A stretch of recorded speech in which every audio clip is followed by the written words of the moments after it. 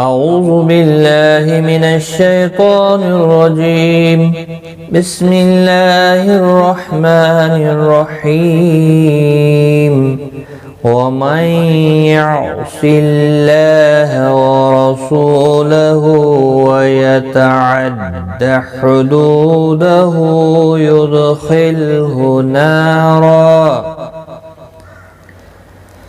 يدخله نارا خالدا فيها وله عذاب مهين.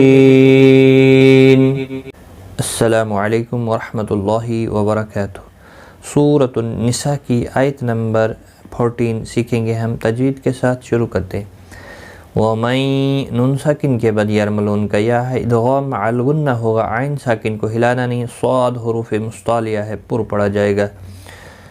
اللہ کا لام اس زیر کی وجہ سے باریک پڑا جائے گا، اس کے اوپر کھڑی زبر بھی ہے، ایک الف کی مقدار کے برابر کھینچ کر پڑھیں گے. وَرَسُولَهُ را پر پڑا جائے گا زبر کی وجہ سے، سو واو مدہ ہے، ایک الف کی مقدار کے برابر کھینچ کر پڑھیں گے. ہا کے اوپر الٹا پیش ہے، ایک الف کی مقدار کے برابر کھینچ کر پڑھیں گے.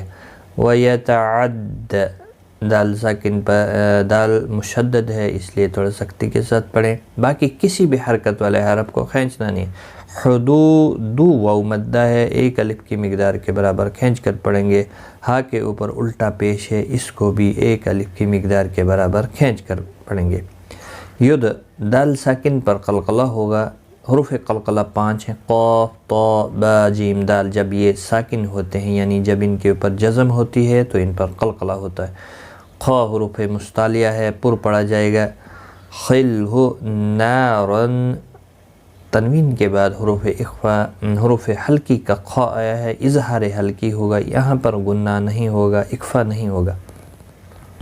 اور یہاں پر دیکھیں تنوین کے بعد حروف اخفا کا فا آیا، یہاں پر اخفا حقیقی ہوگا، گنہ کے ساتھ پڑھیں گے. فی یا مدہ ہے، ہا الف مدہ ہے، ایک ایک الف کی مقدار کے برابر کھینچ کر پڑھیں گے.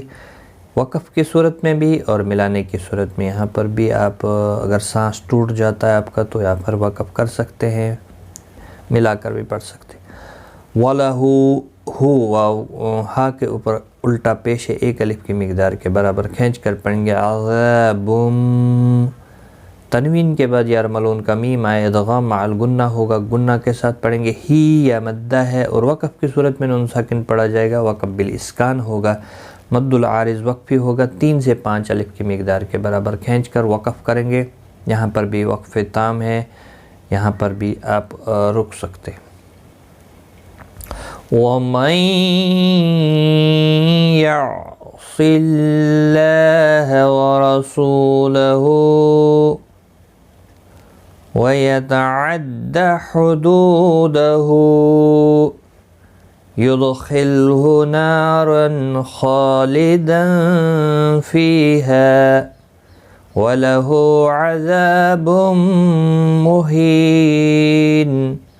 اور ملانے کی صورت میں یہاں پر ادغام مع الغنہ ہوگا، کیونکہ آگے یرملون کا واو ہے.